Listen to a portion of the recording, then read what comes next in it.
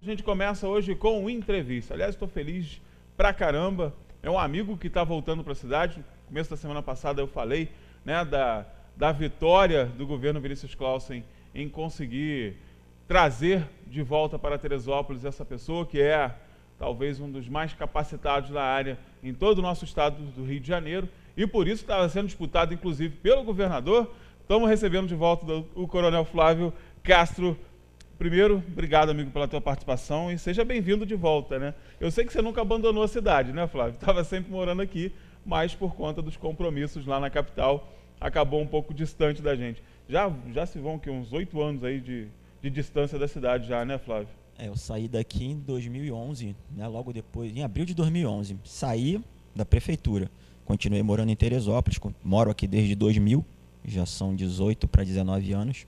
Vim para cá no final de 2000 e agora estou voltando para trabalhar na cidade. Saí do Corpo de Bombeiros um pouco, estava precisando também. E o Vinícius me convidou para assumir a Secretaria de Meio Ambiente e Defesa Civil também. As duas, hoje elas são unidas, né? Integradas. E eu estou aqui para tentar ajudar. Acho que vai dar certo. Vai dar certo, com certeza. Agora, Flávio, é inevitável que eu não faça essa pergunta para você.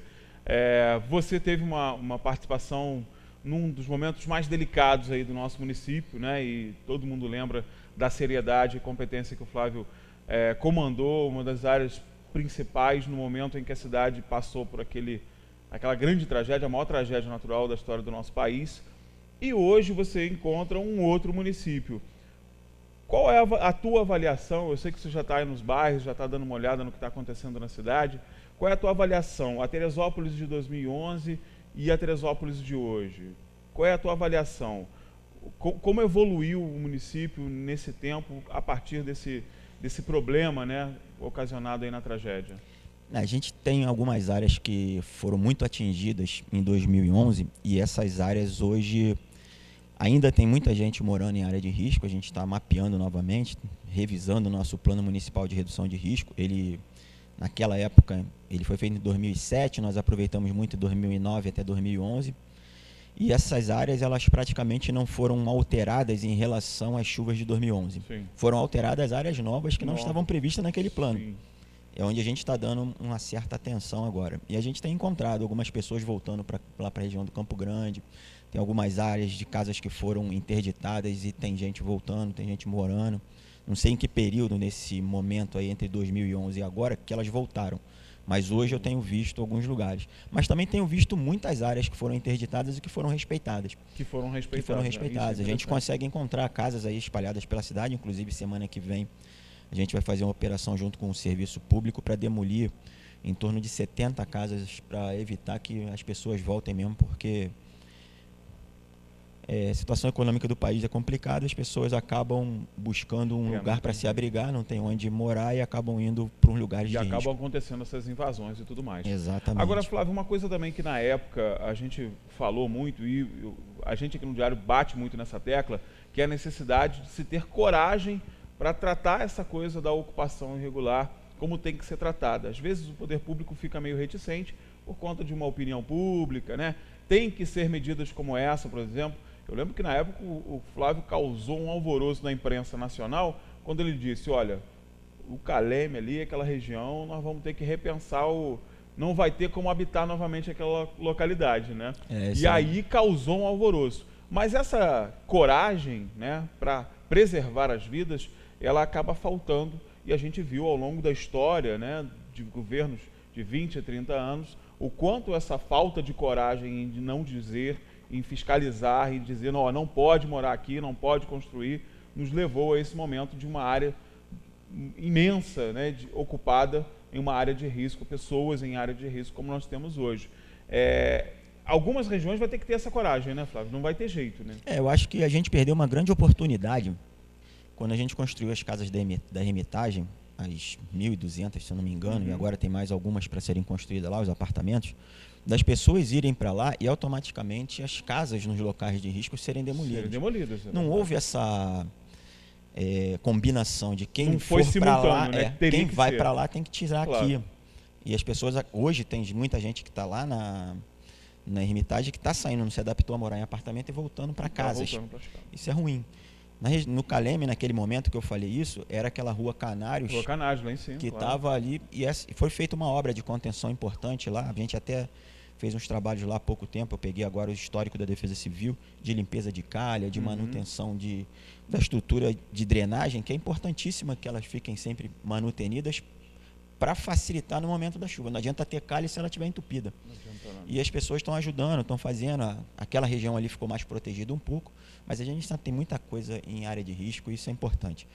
A Prefeitura está fazendo um trabalho que não está sob a minha coordenação, está sob a coordenação do Fernando, mas a Secretaria de Defesa Civil, Fernando, secretário de Agricultura, que é o Tereurb, que é um projeto de tentar fazer regularização fundiária. Sim.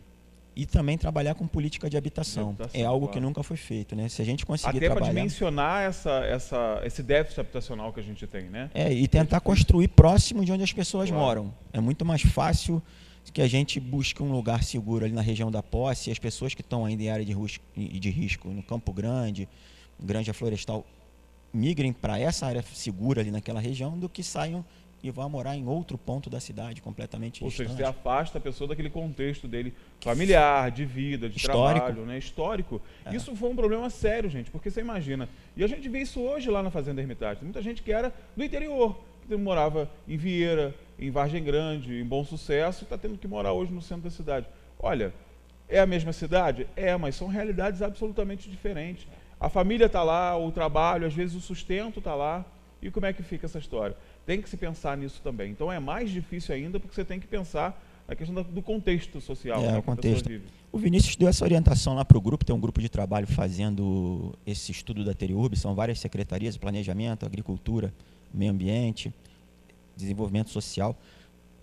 O Fernando é o coordenador, mas as orientações, é lógico, são sempre do prefeito, a gente faz reuniões sempre com o prefeito, e a nossa linha é mais ou menos essa, tentar criar uma estrutura de urbanismo dentro da prefeitura ou fora. Essa discussão está acontecendo, pode ser uma autarquia, pode ser uma estrutura nova, e que tem um orçamento próprio, e ela vai estudar e vai criar áreas para desapropriação e para construção de habitações. Eu acho que esse é um caminho que tem que ser enfrentado na cidade.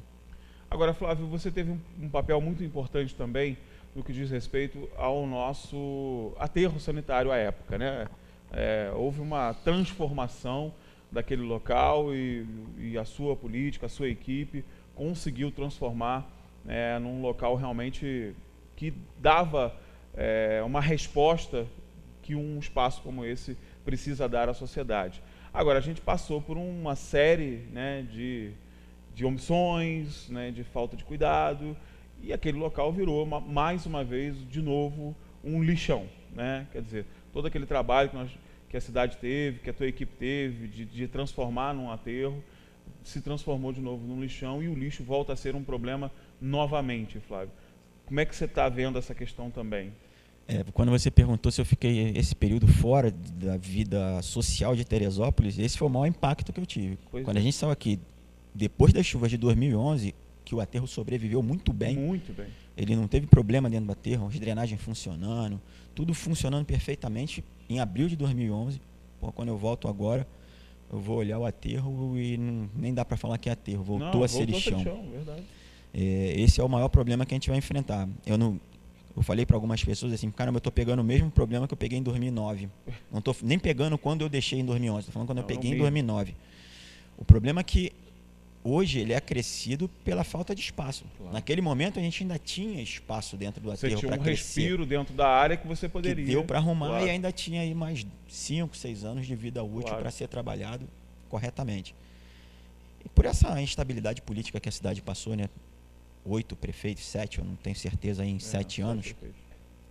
E é inviável qualquer equipe trabalhar, né? Não tem técnico na prefeitura que consiga fazer funcionar quando você tem uma rotatividade gigante de estrutura de primeiro escalão, né?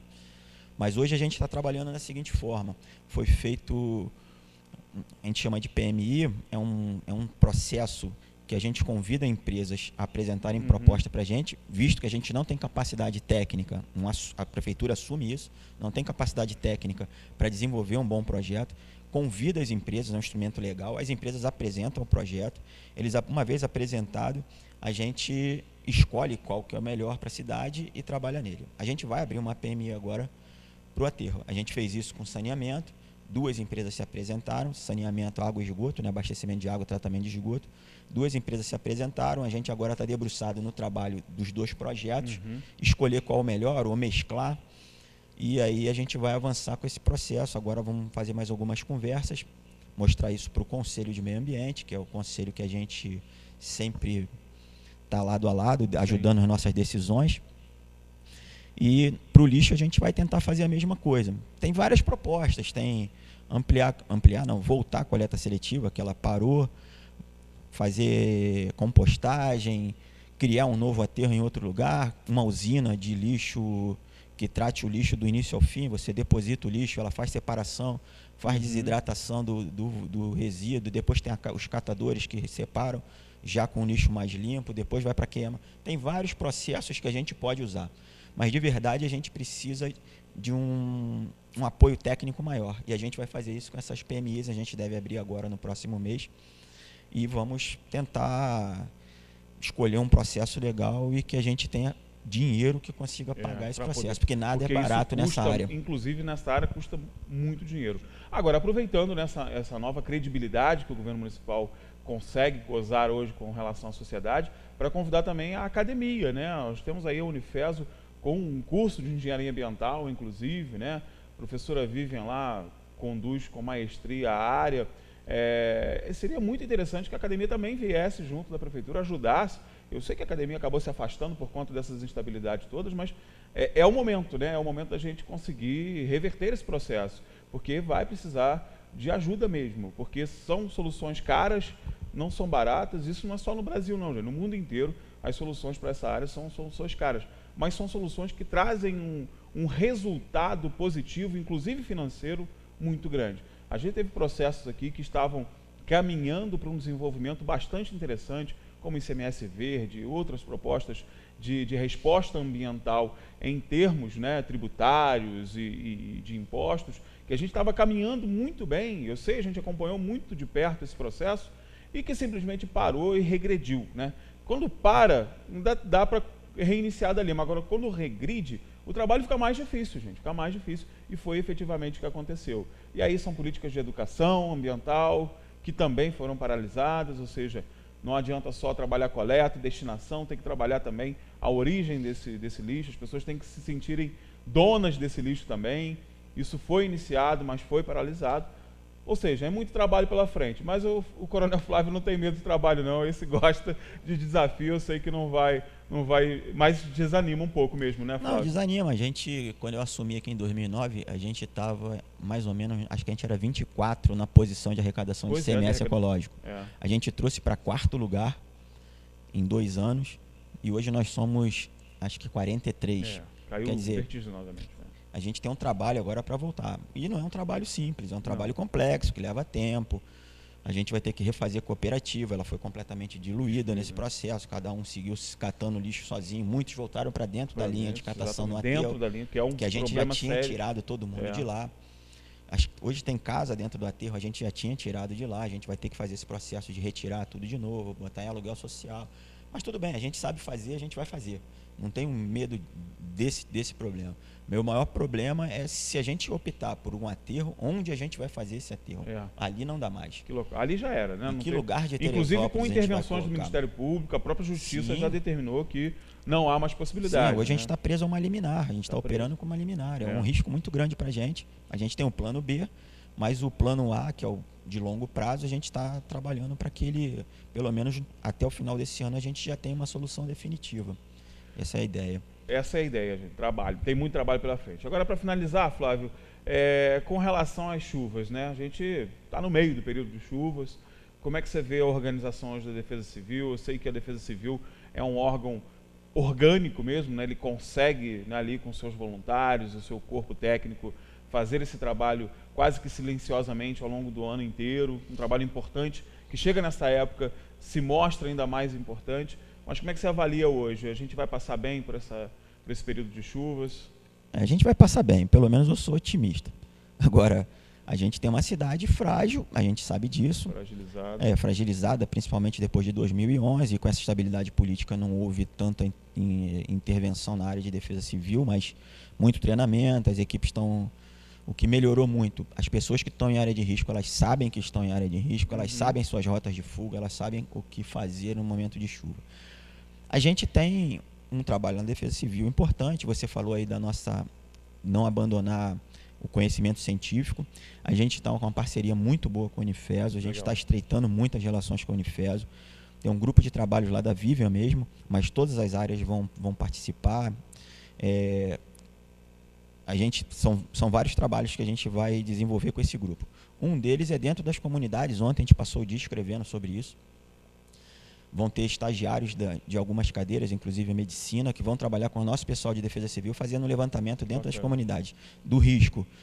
Além do risco geológico, que vai ter o pessoal da engenharia, tem também o risco social. Claro. A pessoa que não consegue se deslocar, a pessoa que tem algum problema, alguma doença, no momento de chuva, como que faz para tirá-la?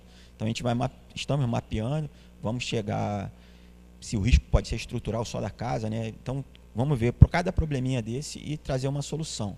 Com um grupo grande de trabalho, eles estão com... A gente fez a conta hoje, acho que são 30 e poucas pessoas, entre alunos e professores, que vão nos ajudar. Legal. Nosso efetivo hoje na Defesa Civil é em torno de 40. São 43. Mas esse grupo, a gente consegue mapear até o final do ano. Não é só mapear e fazer intervenção. Por exemplo, essa pessoa que tem deficiência, como que ela sai de casa e chega no ponto de apoio no momento de chuva? Precisa botar um corrimão num determinado ponto? Precisa fazer degrau? Precisa fazer rampa? Isso vai ser definido e, posteriormente, a Defesa Civil entra e realiza o trabalho que tem que ser feito. Então, essa parceria Prefeitura-Unifeso é fundamental para que a gente possa ter uma leitura importante de cada ponto da cidade e depois a Prefeitura vem com a intervenção que ela tem condição de fazer. Ou seja, enxergar o problema e buscar a solução para ele. Exatamente. Também, né? Diagnóstico, objetivo, estratégia, meta e resolver o problema. Não tem como fugir disso. E essa parceria é fundamental. Bacana. Muito legal mesmo. Bom, Flávio, primeiro, muito obrigado mesmo pela tua participação. Eu sei que a tua agenda está lotada aí de compromissos, mas você gentilmente veio aqui bater um papo com a gente. Obrigado por essa confiança mais uma vez e nos colocar à disposição sempre, né? Você sabe que o Grupo Diário é sempre teu parceiro. O que precisar lá na secretaria, estamos à tua disposição. E obrigado por ter escolhido essa missão novamente, né? Porque eu sei que não é fácil, é difícil mesmo, e você de novo busca essa tua missão de cuidar um pouco de Teresópolis. Obrigado. Obrigado, agradeço a vocês. O Vinícius, quando me convidou, a gente conversou muito. Ele convidou, na verdade, lá atrás, quando ele ganhou a eleição. Eu indiquei o Raimundo para ficar no meio ambiente, indiquei o Albert para ficar na defesa civil, mas meio que com o compromisso de que se no Estado, dependendo do contexto, eu não ficasse, que eu voltasse para trabalhar aqui. Foi o que aconteceu, a gente conversou bastante. E eu acho que a gente vai ter um grupo bom de trabalho, tem bastante secretários legais, eu acho que a gente dá para fazer um trabalho legal até o final do ano que vem. Beleza, é isso aí. Bom, gente, nós vamos para o intervalo comercial rapidinho, bem rápido, tá? Daqui a pouco a gente está de volta, como eu disse, tem muita coisa bacana, tem muita entrevista, muitos assuntos legais. Não saia daí porque o intervalo é rapidinho e já a gente está de volta.